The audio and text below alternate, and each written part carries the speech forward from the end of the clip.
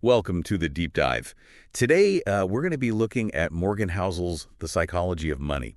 You've sent over some really interesting excerpts, and I'm ready to see what we can unpack about how all of this works, how our minds and our money really interact. Yeah, it's definitely more than just spreadsheets and interest rates and all that, right? Right. We're going to kind of get into the human side of all of this, the emotions and the biases and even those little stories we tell ourselves that can really, determine whether we do well or not financially. That's really what makes the book so interesting to me. It's not about becoming some sort of financial genius, but really more about understanding, ourselves. And right out of the gate, Housel gives us this comparison. Ronald Reed, a janitor, ends up with an $8 million fortune. Richard Fiscone, Harvard MBA, goes bankrupt. What's the takeaway there for you? Well, I think it really challenges this idea that you need to be super smart to be good with money. Ronald Reed's story really shows us that. Things like patience, frugality, and a commitment to long-term investing are powerful tools no matter your income level. It's like one of those hidden gem stocks that everybody wishes they'd bought early on, right? But instead of a hot stock tip, it's really about a solid set of habits. But Housel also talks about, how our experiences can shape our financial beliefs. What do you think about that? Well, let's think about it this way. If somebody lived through, say, the hyperinflation of the 70s, they're going to have a very different perspective on risk and inflation than someone who's only known, say, a period of low inflation. So it's almost like, those experiences become filters, financial filters that shape our decisions. We're walking around with all this baggage that we don't even realize is impacting how we deal with things. It makes you wonder how much of what we do with our finances is really driven by logic and how much is just pure emotion. Yeah, it's really interesting. And Housel, he actually goes into this in the book, and he talks about this executive who, in a fit of rage, smashed a $500 lamp and then just threw $5,000 at the hotel manager. So I think that really goes to show that emotional control can be more important than just, pure intellect. Wow, that's quite the example. I mean, we've all been there feeling frustrated, impulsive, but there's a whole other level. Okay, so let's go back to Ronald Reed for a second. He just quietly builds wealth over decades. What can we learn from his approach? Well, his story, I think what we could call the Ronald Reed effect, shows us that success is possible for anyone. Regardless of background, it's about developing the right mindset, patience, frugality, long-term perspective. Those are the cornerstones of building wealth. It's a refreshing perspective, right? It's not about getting rich quick. It's about consistent, smart choices. But here's something that really struck me. Housel points out that a lot of our financial expectations, like retirement savings, college funds, even consumer debt, these are relatively new concepts. Yeah. We are all, essentially, navigating a financial landscape that's constantly evolving, if you think about it. Our grandparents might not have had to worry about things like 401k or the student loan debt in the same way we do. Right. It's almost like we're playing this financial game. Without a full rule book, no wonder so many people feel overwhelmed and make mistakes along the way. Yeah, exactly. And, we don't have centuries of collective wisdom to draw on for these modern financial challenges. We're all, in a sense, figuring it out as we go. But, this lack of historical precedent also helps us understand the role of luck and risks. Like Bill Gates, right. Obviously a brilliant and driven guy, but he benefited from some pretty unique circumstances. Yeah. I mean, how many 13-year-olds get to use one of the first computers in the country? Yeah. There's a stroke of luck, for sure. And then there's the story of his equally brilliant friend, Kent Evans, who died in a mountain climbing accident. Right. It really makes you realize that risk is always a factor. And sometimes things are just outside our control. It's a sobering thought. It's not always about judging success based on the outcome. There are so many variables at play. So what does all this mean for us as individuals, navigating our own financial paths? Well, I think it underscores the importance of humility, in both our successes and our setbacks. And I think it encourages us to acknowledge that luck and risk are part of the equation. We can't control everything, but we can control how we respond to the situations life throws our way. It's about making peace with the fact that we're not always in the driver's seat, right? Yeah. Speaking of things we can control, though, Housel talks a lot about the idea of enough. What are your thoughts on this? Well, I think what he's arguing is that constantly comparing ourselves to others can lead to perpetual dissatisfaction, even when we're doing well financially. It's like that old saying, comparison is the thief of joy. He illustrates it with a really good example. A rookie baseball player making a good salary feels inadequate compared to his superstar teammate, who then feels poor compared to, say, hedge fund managers, and so on. Right. It's like an endless cycle of wanting more. It's an endless cycle. This is where the idea of defining enough for yourself comes in, because enough is a subjective concept, and it's crucial to find contentment with what we have, rather than chasing what others have. Right. It's a reminder to focus on our own journey, our own goals, and what truly matters to us. Now, one of the things that really got me thinking was the power of compounding. Housel describes it as this snowball effect. Can you unpack that a bit? Sure. So he uses this analogy of ice ages, and you know how tiny shifts in the Earth's tilt can lead to these colossal changes over millennia. And it's kind of the same idea with our finances. Small, consistent actions like saving or investing regularly can have a massive impact over time. Time really becomes our greatest ally there, right? Yeah, exactly. The earlier we start, the more time that snowball has to roll and grow. Yeah. He even poses this question: what if Warren Buffett had started investing later in life? The difference would be astonishing. Yeah, it's amazing to think about, right? Right. And it really highlights the importance of starting early and staying consistent. Even small amounts can accumulate significantly over time. Thanks to the magic of compounding. Exactly. But here's the thing. Getting wealthy is one thing. Staying wealthy is quite another. Right. And that's where I think the stories of Jesse Livermore and Abraham Jermansky come into play. Yes. They both achieved significant financial success. But their stories took very different turns. Right. So Livermore, a legendary trader, made and lost fortunes multiple times. He was great at making money, but not so great at keeping it. Jermansky, a real estate developer, was wiped out in the 1929 crash, despite his previous success. Right. So their stories really underscore the importance of not just accumulating wealth, but preserving it for the long term. Exactly. It's about having a solid strategy for managing risk and, avoiding those catastrophic mistakes. That can just wipe you out. You got to be in the game long enough to reap the rewards of compounding. So it's not just about reaching the peak of the mountain, but knowing how to navigate the descent, right? Precisely. And, this idea of adapting and preparing for the unknown really brings us to another point Housel makes, which is the importance of the long view in finance. Right. Playing the long game instead of getting caught up in those short-term wins or losses. Exactly.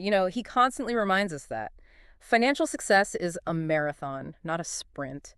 So patience and consistency are way more important than trying to time the market or chase those get-rich-quick schemes. It's interesting. He actually debunks the myth that everybody used to have a pension to rely on. Turns out that this thing of depending on individual savings and investments is a relatively new concept.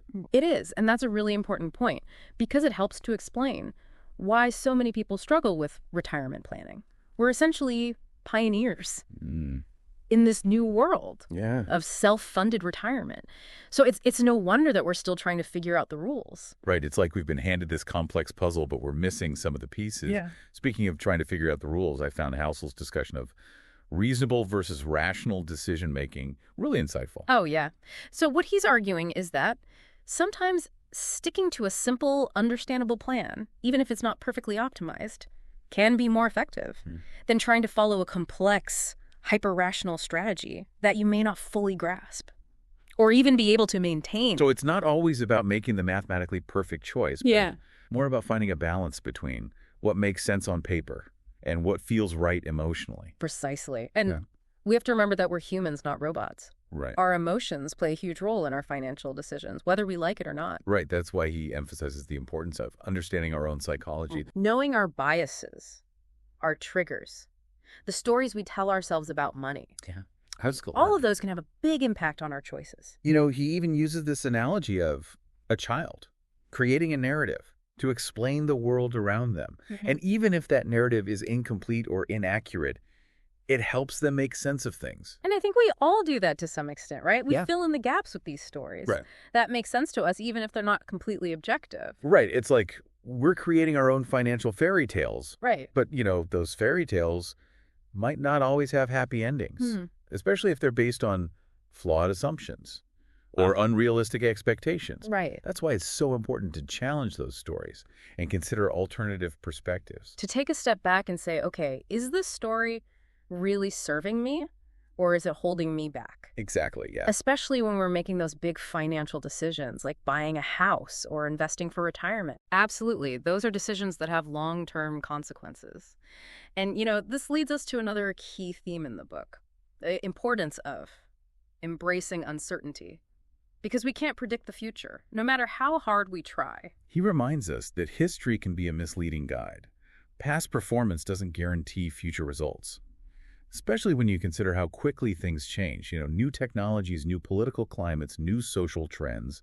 It's almost impossible to predict how everything will play out. It really is, yeah. So what should we focus on? Well, I think we should focus on building resilience and adaptability into our financial lives. It's kind of like having a plan, but also being prepared to pivot when necessary. You have a plan B and maybe even a plan C. Absolutely, because life rarely goes according to plan. And speaking of unexpected events, let's revisit this idea of tail events that we talked about earlier. Okay, all right, those rare but impactful events that can really shake things up. So Housel points out that these tail events actually drive success in a lot of fields, like venture capital and the stock market. It's counterintuitive, isn't it? It is. We tend to think success is about steady progress, predictable outcomes.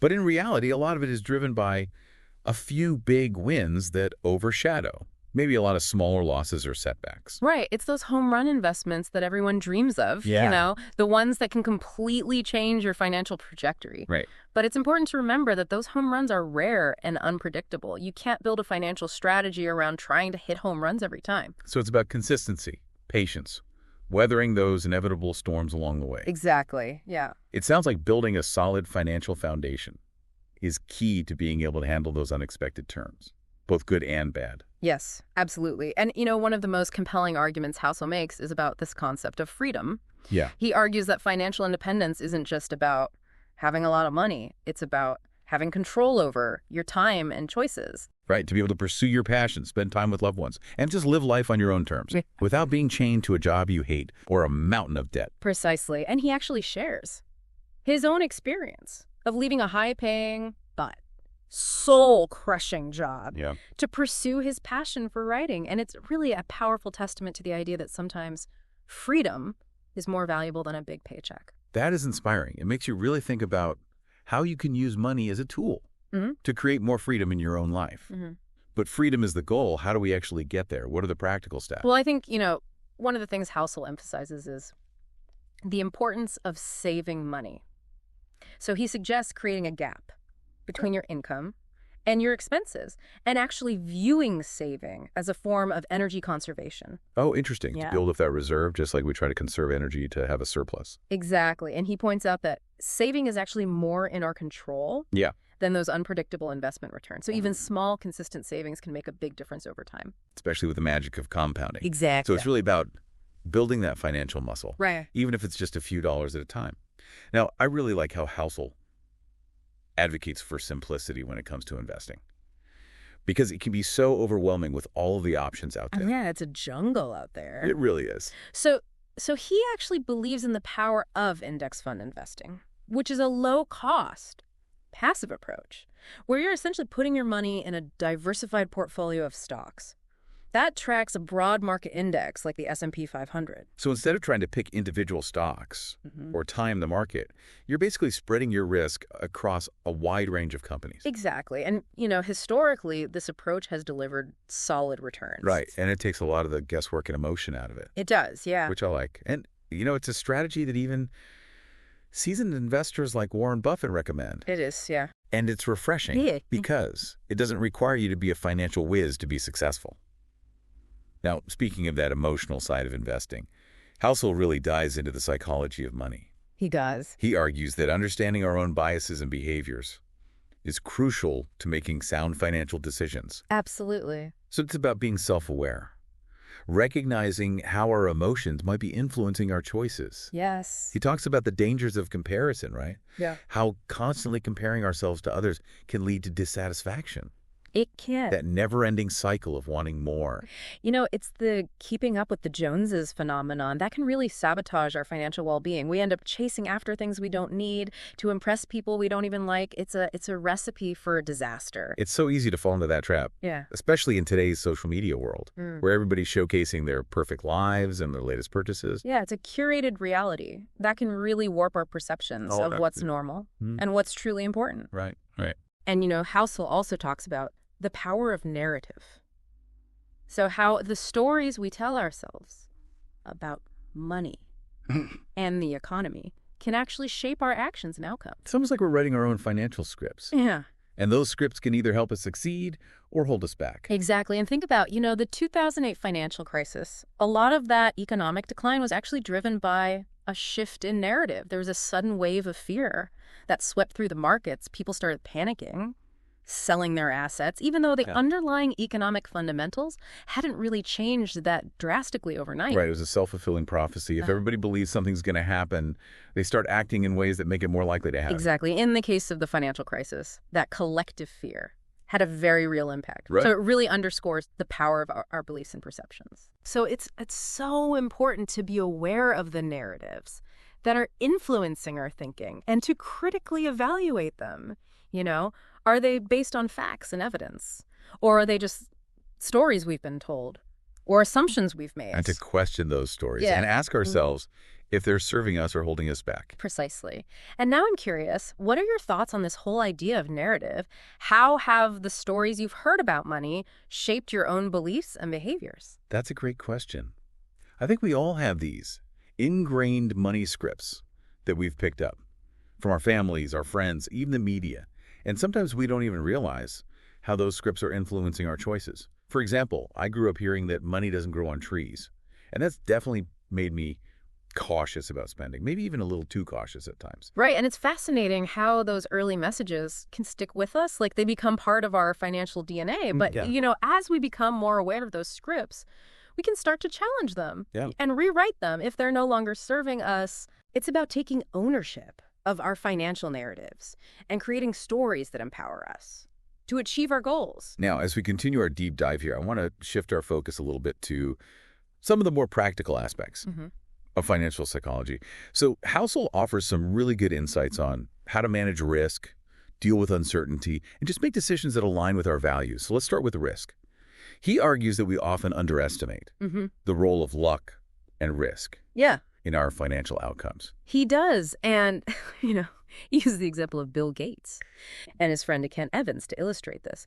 Right? Gates, as we discussed, experienced a series of fortunate events that helped him achieve extraordinary success, while Evans, who was equally brilliant, tragically died in a climbing accident. So it's a reminder that we just can't control everything. Both good and bad luck play a role in our financial lives. They do. It's humbling, right? It is. We can't take all the credit for our wins, nor should we blame ourselves entirely for our losses. There's always an element of chance involved. So instead of beating ourselves up when things don't go our way, or, taking excessive risks, to try and get those outsized gains, what should we be focusing on? I think we should be focusing on the things we can control, like our savings rate, our investment strategy, our spending habits. And we should also accept that some degree of uncertainty is just inevitable. It's not about trying to eliminate risk entirely, but managing it in a way that feels comfortable for us. Exactly. And that's where the idea of having a margin of safety comes in. Okay. So Housel describes this as like a buffer between what you think might happen and what you need to happen in order to be okay. So it's about having a plan that can withstand those unexpected events. Like having an emergency fund to cover unexpected expenses, or making sure you're not over-leveraged in your investments in case the market takes a downturn. Having that margin of safety can give you peace of mind, and it can really help you weather those inevitable financial storms. It's like building a financial fortress that can withstand those unexpected attacks. Let's talk about decision-making.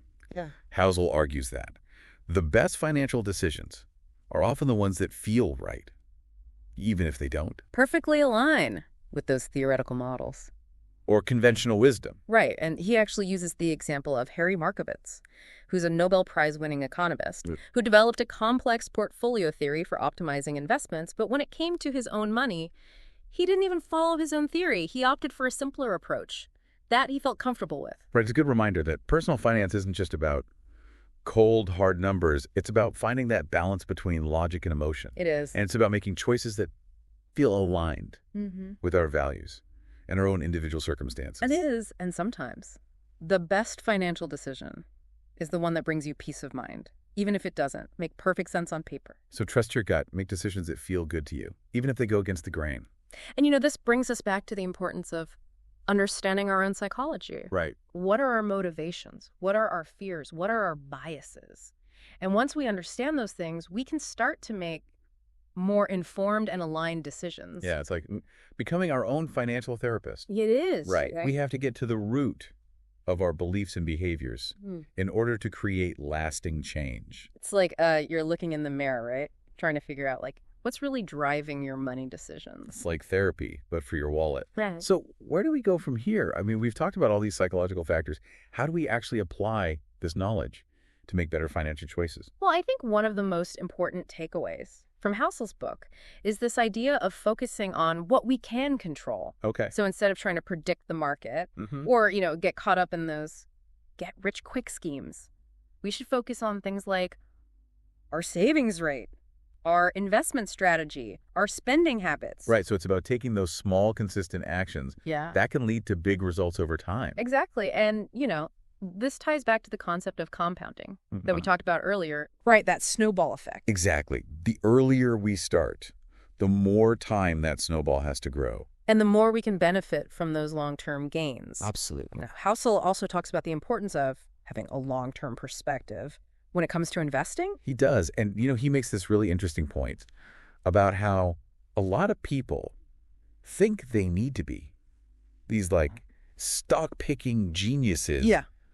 to be successful in the market. Right. Like they need to find those hidden gems. Exactly. But Housel argues that most people are better off with a simpler approach. He does. He advocates for index fund investing, which is essentially putting your money in a diversified basket of stocks. Yeah. That tracks a broad market index. So like the S&P 500. So Okay, it's kind of like you're betting on the overall growth of the market. You are. Rather than trying to pick individual winners and losers. Exactly. And, historically, this approach has actually delivered pretty solid returns over the long term. And it's a lot less stressful. Yeah. Right. It is. You don't have to be constantly checking your portfolio. Yeah. You don't. Worrying about whether this stock or that stock is going up or down. Exactly. It takes a lot of the emotion out of investing. And I think that's one of the key messages of the book. It is. It's about recognizing that our emotions can play a huge role in our financial decision-making. They can. And, Housel talks about this concept of loss aversion. Okay. Which is this idea that we tend to feel the pain of a loss more acutely than the pleasure of an equivalent gain. So we're more afraid of losing money than we are excited about making money. Exactly. And, this can lead us to make some irrational decisions. Like selling our investments at the worst possible time. Exactly. Because we're so afraid of losing even more. Right. So it's important to be aware of this bias. Yeah. And to try to make decisions based on logic and reason, rather than fear and emotion. And that can be tough, right? It can. Especially when the markets are volatile and everybody's panicking. It is. And, this is where having a solid financial plan can really make a difference. Right. So you're not making decisions based on emotion in the heat of the moment. Exactly. You've already thought things through. You have. You know what your goals are. You do. And you're sticking to your plan. Precisely. Now, Housel also emphasizes the importance of understanding our own personal values. He does. When it comes to money. Yeah. He argues that money is just a tool. Yeah. And it should be used to support the things that are most important to us. So it's about aligning our financial goals. Yeah. With our values. Exactly. Whether that's spending time with family, right, traveling the world. Or, giving back to our community. Exactly. And, one thing that I really appreciate about House's book is that he encourages us to think about what truly brings us happiness. Yeah. And to use our money to support those things. So it's not just about accumulating wealth for the sake of wealth. It's not, no. It's about using our resources to create a life that is meaningful and fulfilling. Exactly. It's about finding that balance between financial security and living a life that is aligned with our values. So as we wrap up our deep dive here, what are some of the key takeaways that you think listeners should keep in mind? Well, I think one of the most important things is to remember that financial success is more about behavior than it is about intelligence. Right. It's not about being a financial genius. It's not. It's about developing those good habits. It is. And sticking to them over time. Exactly. It's about being patient, being disciplined, and being consistent. And it's also about being aware of our own psychological biases. Yes. And how they can influence our decisions. Absolutely. So we need to be mindful of things like loss aversion, Right. The tendency to compare ourselves to others. Yeah. And the stories we tell ourselves about money. It's about taking control of our financial It's narratives. creating a plan that aligns with our values. Exactly. It's about using money as a tool to create the life that we want. Well said. I think that's a great place to leave it for today.